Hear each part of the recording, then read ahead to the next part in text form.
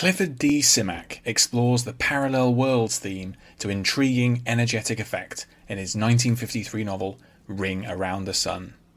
In this tall tale, originally serialised in Galaxy magazine, a young writer discovers that he has the power to visit many alternate versions of the Earth, each unsullied by human hands.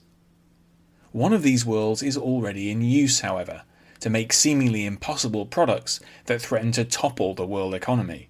The protagonist must discover the secrets about himself and protect our world from devastating retaliation by the big business interests that depend on scarcity.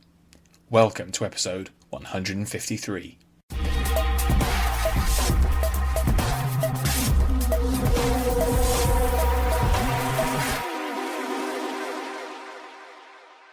Rapacious capitalism exploits our world, plundering its limited resources. The resulting wealth is then distributed in incredibly unequal ways, with disastrous consequences for human beings. This system is so obviously broken that its proponents can do little more than to continually rebrand it. One example is the so-called abundance agenda, which rules out radical change in favour of more technocratic tinkering.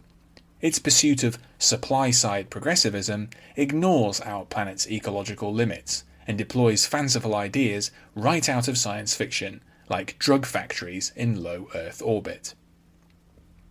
But what if true abundance was available to us?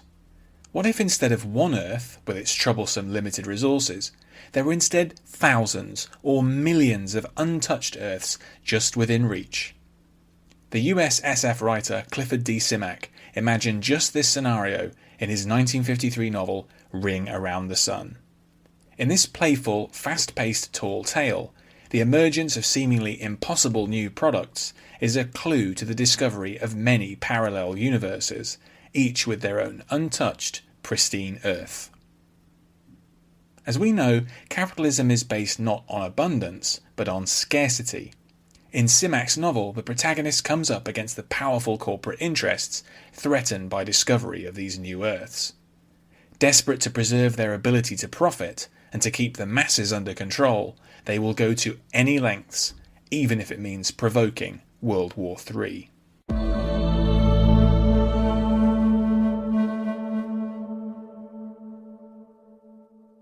Clifford D. Simak lived from 1904 to 1988 and was a journalist and SF writer.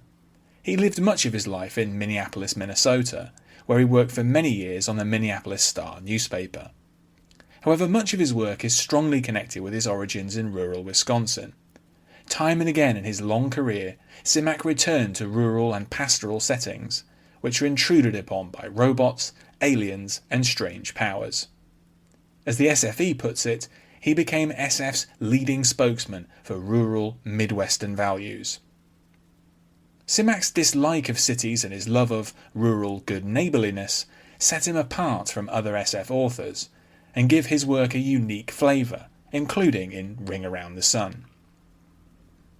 Simak's first short story was published in 1931, and his first novel followed in 1950. That year also saw the launch of Galaxy magazine, which quickly became a leader in the field and provided Simak with an important new market. Ring Around the Sun was first published over the course of the December 1952, January 1953, and February 1953 issues of Galaxy, and book publication followed later that year. The novel is set in the future, in 1977, and centres on Jay Vickers, a rather reclusive writer living in a small town in New York State. He has noticed, but is not particularly fazed by, a number of impressive new products. These include a razor which never wears out, and light bulbs which last forever. Even more startling is the forever car, which never needs maintenance. Vickers attends a meeting, organised by his long-suffering literary agent, with a businessman representing powerful corporate interests. This titan of industry has realised what Vickers has not, that these new products, which have untraceable origins, threaten to totally undermine the whole economic system. In one of the novel's numerous audacious twists, Vickers later realises that he is in fact a mutant.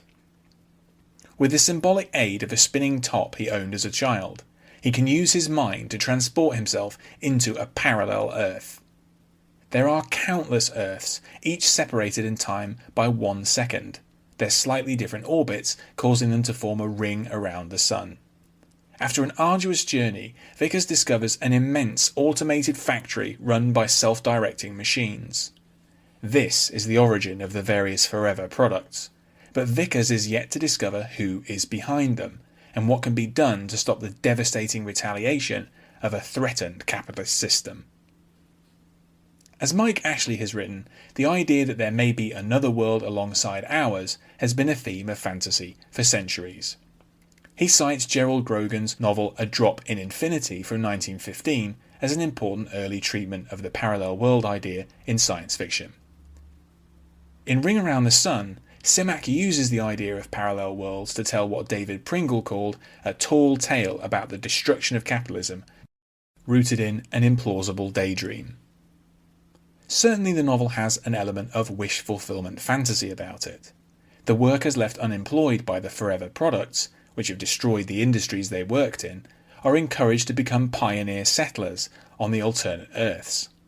Their idyllic frontier lifestyle fits Simak's view of the rural good life.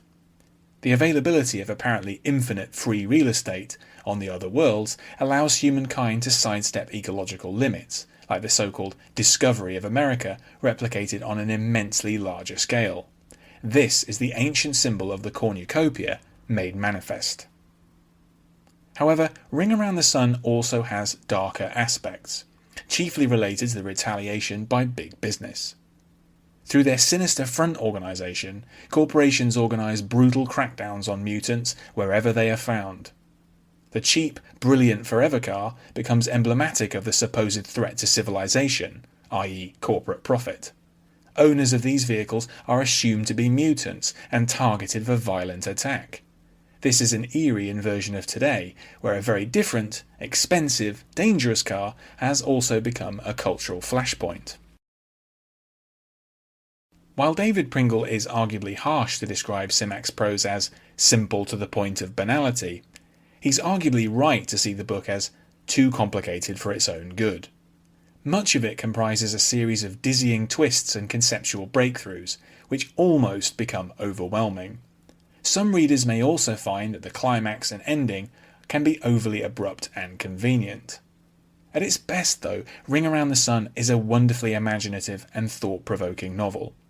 Vickers' discovery of the factory world and its massive automated manufacturing complex is surely one of the most striking episodes in early 1950s SF. While it is fantastical, Ring Around the Sun is also what Pringle calls a deeply felt work, which explores the tension between abundance and scarcity. Simak's thinking about what production and consumption are for, and what the good life should look like, remain relevant today in an increasingly fractious world in which resources are still distributed unequally. Thanks for listening. For more classic science fiction reviews, visit andyjohnson.xyz. You can also find the show on YouTube and follow updates on Blue Sky. In both cases, just search Classic SF with Andy Johnson. Finally, to get in touch, use the contact form on my site or hit the link in the episode description to send a text message.